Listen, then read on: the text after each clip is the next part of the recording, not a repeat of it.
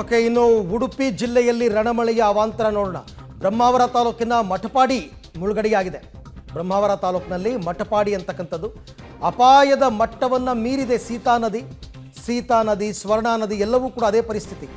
ಸೀತಾ ನದಿಯ ಸುತ್ತಮುತ್ತ ನದಿ ಪಾತ್ರದಲ್ಲಿ ನೆರೆ ಭೀತಿ. ಯಾವ ಸಂದರ್ಭದಲ್ಲಿ ಬೇಕಾದರೂ ಪ್ರವಾಹ ಉಂಟಾಗ್ಬೋದು. ಉಡುಪಿ ಜಿಲ್ಲೆಯಲ್ಲಾಗಿರ್ತಕ್ಕಂಥ ಪರಿಸ್ಥಿತಿ ಬ್ರಹ್ಮಾವರ ತಾಲೂಕಿನ ಬಳಿ ನೀವು ನೋಡ್ತಾ ಇದ್ದೀರಾ. ಸೀತಾ ನದಿ ಇದು ಕೂಡ ಅಪಾಯದ ಮಟ್ಟವನ್ನು ಮೀರಿ ಹರಿತಾ ಇದೆ. ತನ್ನ ವಿಸ್ತಾರತೆಯನ್ನು ಜಾಸ್ತಿ ಮಾಡ್ಕೋತಾ ಇದೆ. ಅದು ಬಹಳ ವಿಸ್ತಾರವಾಗಿ ಹರಿತಾ ಇದೆ ನದಿ. ಅದು ಹಾಗೆ ಕವರ್ ಆಗಿ ಪ್ರವಾಹದ ರೂಪದಲ್ಲಿ ಅಕ್ಕಪಕ್ಕದ ಜಮೀನುಗಳಿಗೆ, ಮನೆಗಳಿಗೆ, ಗ್ರಾಮಗಳಿಗೆ ನೀರು ನುಗ್ಗುತ್ತೆ.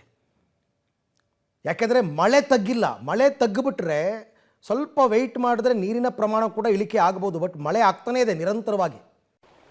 ಉಡುಪಿ ಜಿಲ್ಲೆಯಲ್ಲಿ ಹರಿಯುವಂತಹ ಸೀತಾ ನದಿ ವ್ಯಾಪಕವಾಗಿ ಹರಿತಾ ಇರೋದ್ರಿಂದ ಸುತ್ತಮುತ್ತಲ ಮನೆ, ತೋಟ, ಗದ್ದೆಗಳು ಜಲಾವೃತ ಆಗಿರುವಂಥದ್ದು ನಾವು ನೋಡ್ಬೋದು. ಆ ದೃಶ್ಯಗಳಲ್ಲಿ ಯಾವ ಮಟ್ಟಿಗೆ ಎಲ್ಲಿ ನದಿ ಹರಿತಾ ಇದೆ ಅನ್ನುವಂಥ ಒಂದು ಭಾಸ ಆಗ್ತಾ ಇದೆ.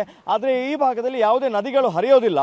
ರಸ್ತೆಯಲ್ಲಿ ನಾವು ನಿಂತ್ಕೊಂಡಿದ್ದೇವೆ. ಕೆಳಭಾಗದಲ್ಲಿ ತೆಂಗಿನ ತೋಟಗಳು, ಗದ್ದೆಗಳು ಇರುವಂಥದ್ದು. ಆದರೆ ನೋಡ್ಬೇಕಾದ್ರೆ ಇದೊಂದು ಹೊಳೆ ಹರಿತಾ ಇದೆ ಅನ್ನುವಂಥ ಭಾವನೆ ಬರ್ತದೆ. ಅಷ್ಟರ ಪ್ರಮಾಣದಲ್ಲಿ ಸೀತಾ ನದಿ ಉಕ್ಕಿ ಹರಿತಾ ಇರುವಂಥದ್ದು. ಉಡುಪಿ ಜಿಲ್ಲೆಯಲ್ಲಿ ಮಳೆ ಬಿದ್ದರೆ ಈ ಥರದ ನೆರೆ ಆಗೋದೇ ಇಲ್ಲ. ಪಶ್ಚಿಮ ಘಟ್ಟದಲ್ಲಿ ಆಗುಂಬೆ ಭಾಗದಲ್ಲಿ ಹೆಬ್ರಿ, ಅದರ ಜೊತೆಗೆ SK ಬಾರ್ಡರ್ ಅಂದರೆ ಚಿಕ್ಕಮಗಳೂರಿಗೆ ಬರ್ತದೆ. ಈ ಭಾಗದಲ್ಲಿ ಭಾರೀ ಮಳೆ ಬೀಳುವ ಕಾರಣ ಈ ಥರದ ನೆರೆ ಸೃಷ್ಟಿಯಾಗಿದೆ. ನಾವು ಇವಾಗ ನಿಂತ್ಕೊಂಡಿರುವಂಥದ್ದು ಮಠಪಾಡಿ ಗ್ರಾಮ. ಈ ಭಾಗ ಎಲ್ಲ ಮಠಪಾಡಿ. ಈ ರಸ್ತೆಯನ್ನು ದಾಟಿ ಹೋದರೆ ಅದು ನೀಲಾವರಕ್ಕೆ ಹೋಗ್ತದೆ. ಆ ಸಂಪರ್ಕ ರಸ್ತೆ ಸಂಪೂರ್ಣವಾಗಿ ಕಟ್ಟಾಗಿರುವಂಥದ್ದು ದೃಶ್ಯಗಳಲ್ಲಿ ನಾವು ನೋಡ್ತಾ ಇದ್ದೇವೆ. ಯಾವ ಪ್ರಮಾಣದಲ್ಲಿ ನದಿಯ ರೀತಿ ರಸ್ತೆಯಲ್ಲಿ ನೀರು ಹರಿತಾ ಇರುವಂಥದ್ದು. ಆ ಭಾಗದಲ್ಲಿ ನಿಂತ್ಕೊಂಡಿರುವವರು ಪಕ್ಕದ ಗ್ರಾಮದಲ್ಲಿ ನಿಂತ್ಕೊಂಡಿದ್ದಾರೆ. ಅವರಿಗೆ ಈ ರಸ್ತೆಯನ್ನು ದಾಟಿ ಬರಲಿಕ್ಕೆ ಸಾಧ್ಯ ಆಗ್ತಾ ಇಲ್ಲ ಅನ್ನುವಂಥದ್ದು. ಹಾಗಾಗಿ ಸುತ್ತು ಬಳಸಿ ಸುಮಾರು 15-20 ಕಿಲೋಮೀಟರ್ ಸುತ್ತು ಬಳಸಿ ವಾಪಸ್ ಬರಬೇಕಾಗ್ತದೆ. ಅದರ ಜೊತೆಗೆ ಆ ಊರಿನವರೆಲ್ಲರೂ ಕೂಡ ಬೇರೆ ರಸ್ತೆಗಳನ್ನು ಬಳಸ್ಕೊಂಡಿದ್ದಾರೆ. ಆ ಪ್ರಮಾಣದಲ್ಲಿ ನೀರು ಹರಿತಿರೋದ್ರಿಂದ ದ್ವಿಚಕ್ರ ವಾಹನ ಆಗಿರ್ಬೋದು, ಯಾವುದೇ ವಾಹನಗಳು ಓಡಾಡಲಿಕ್ಕೆ ಆಗೋದಿಲ್ಲ. ಸರ್, ಇದು ಮಠಪಾಡಿ ಗ್ರಾಮ ಅನ್ನುವಂಥದ್ದು ಸಂಪೂರ್ಣವಾಗಿ ಜಲಾವೃತ ಆಗಿದೆ. ಇಲ್ಲಿ ನಾವು ನಿಂತಿರೋ ಜಾಗದಲ್ಲಿ ಮಳೆ ಇಲ್ಲ. ನಿನ್ನೆ ಕೂಡ ರಾತ್ರಿ ಸ್ವಲ್ಪ ಮಳೆ ಬಂದಿದೆ. ಎಲ್ಲಿ ಅಂದ್ರೆ ಪಶ್ಚಿಮ ಘಟ್ಟದಲ್ಲಿ ಮಳೆ ಬಂದು ಈ ತರ ಆಗಿದೆ. ಇಲ್ಲಿ ಹೇಳ್ತೇವೆ ಮೂಡ್ಲಾಯಿಗೆ ಗಾಳಿಗೆ ಮೋಡ ಎಲ್ಲ ಮೂಡ್ಲಾಯಿಗೆ ಹೋಗಿ ಅದು ಆ ಮಳೆ ಅಲ್ಲಿಂದ ನೀರು ಇಲ್ಲಿಗೆ ಬರ್ತದೆ. ನಿನ್ನೆ ಅಷ್ಟು ಆಗಿದೆ. ಸೀತಾ ನದಿ ತುಂಬಿ ತೋಟದ ಮುಖಾಂತರ ಇದು ಎಲ್ಲ ಗದ್ದೆ, ಎಲ್ಲ ಕೃಷಿ ಮಾಡಿದ ಗದ್ದೆಗಳು ಎಲ್ಲ ಮುಳುಗಿ ಎಲ್ಲ ಕೊಳೆತು ಹೋಗಿ 10-15 ದಿವಸ ಹಿಂದೆ ನಾಟಿ ಮಾಡಿದ್ದಾರೆ. ಹೌದೌದು, 10-15 ದಿವಸ ನಾಟಿ ಮಾಡಿದ್ದಾರೆ. ಎಲ್ಲ ಕೊಳೆತು ಹೋಗಿ ನನ್ನ ಲೆಕ್ಕದಲ್ಲಿ. ಮತ್ತೆ ನೀರಿನ ಇದಕ್ಕೆ ಅದು ಗದ್ದೆಲ್ಲ ಬಳ್ಕೊಂಡೆಲ್ಲ ಹೋಗಿದೆ. ಅಂದ್ರೆ ಇಲ್ಲಿ ನೆರೆ ಇಳಿಲಿಕ್ಕೆ ಎಷ್ಟು ಬೇಕಾಗಬಹುದು? ನೆರೆ ಇಳಿಲಿಕ್ಕೆ ಇದೇ ತರ ಮಳೆ ಇದ್ರೆ ಕಡಿಮೆ ಲೇಟ್ ಆಗ್ತದೆ. ಇನ್ನು ಸ್ವಲ್ಪ ಗಾಳಿ ತುಂಬಾ ಗಾಳಿ ಇದೆ. ಹೌದು, ಇಳಿತಾ ಇಲ್ಲ, ನೀರು ಏರ್ತಾ ಇದೆ. ಮತ್ತು ಮನೆಗೆ ತುಂಬಾ ಮನೆಗಳಿಗೆಲ್ಲ ನೀರು ಹೋಗಿದೆ ಒಳಗಡೆ. ಕಳೆದ ವರ್ಷ ಬಂದಿತ್ತ ಈ ತರ? ಕಳೆದ ವರ್ಷ ಇಲ್ಲ, 2 ವರ್ಷ ಹಿಂದೆ ಬಂದಿತ್ತು. ಈಗ ಇದೇ ತರ ಮಳೆ ಬಂದಿತ್ತ. ಆ ಗ್ರಾಮದವರು ಹೇಗೆ ಓಡಾಡ್ತಾರೆ? ಅವರಿಗೆ ಮತ್ತೊಂದು ರೋಡ್ ಇದೆ, ಇದು ಬಾರ್ಕೂರ್ ಬ್ರಿಡ್ಜಿಗೆ.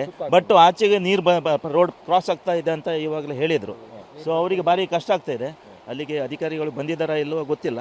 ಬಂದು ಅವರಿಗೆ ಒಂದು ಹೆಲ್ಪ್ ಮಾಡಿದರೆ ಬರ್ತದೆ. ಒಂದು ವರ್ಷಕ್ಕೆ ಒಂದ್ಸಲ ಬರ್ತದೆ. ಹೋದ ವರ್ಷ ಬರಲಿಲ್ಲ, ಬರ್ತದೆ. ಆದರೆ ಈ ಸಲ ಸ್ಪೀಡ್ ಇನ್ನೂ ಜಾಸ್ತಿ ಇದ್ದಾಗಿತ್ತು. ಇಲ್ಲಿ ಆಚೆ ಹೋಗ್ಲಿಕ್ಕೆ ಆಗುದು. ಅವರಿಗೆ ಹತ್ತಿರ ಬ್ರಹ್ಮರ್ಗೆ ಹೋಗಬೇಕಾದ್ರೆ ಇದೇ ರೋಡ್ ಹತ್ತಿರ.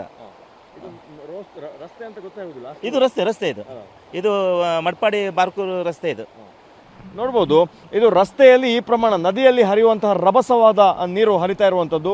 ಅಂದರೆ ಮನೆಗಳಿರುವಂತಹ ಜಾಗದಿಂದ ತೋಟಕ್ಕೆ ಆಗಿ ಈ ರಸ್ತೆ ಹರಿಯುವುದು. ಸುತ್ತಮುತ್ತ ಇರುವಂಥ ಮನೆಗಳು ಕೂಡ ಜಲಾವೃತ ಆಗಿದೆ. ಅಂದರೆ ಸುಮಾರು ವರ್ಷಗಳ ಹಿಂದೆ ಈ ಥರದ ಘಟನೆ ಆಗಿದೆ ಅನ್ನುವಂಥದ್ದು. ಸರಾಗವಾಗಿ ಸಮುದ್ರಕ್ಕೆ ನೀರು ಹರಿಯದ ಕಾರಣ ಅದು ಜನವಸತಿ, ತೋಟಗಳಿಗೆ, ಗದ್ದೆಗಳಿಗೆ ನೀರು ಬಂದಿರುವಂಥದ್ದು. ಹಾಗಾಗಿ ಮಳೆ ಇಲ್ಲಿ ಯಾವುದೇ ಮಳೆ ಇಲ್ಲ, ಇಳಿಮುಖ ಆಗಿದೆ. ಆದರೆ ಪಶ್ಚಿಮ ಘಟ್ಟದಲ್ಲಿ ಮಳೆ ಇಳಿಮುಖವಾದರೆ ಮತ್ತು ಗಾಳಿಯ ಒತ್ತಡ ಕಡಿಮೆ ಆದರೆ ಈ ಎಲ್ಲ ನೆರೆ ತಗ್ಗಬಹುದು. ಕ್ಯಾಮರಾ ಪರ್ಸನ್ ಚೇತನ್ ಜೊತೆ ದೀಪಕ್ ಜೈನ್, ಪಬ್ಲಿಕ್ ಟಿವಿ, ಉಡುಪಿ.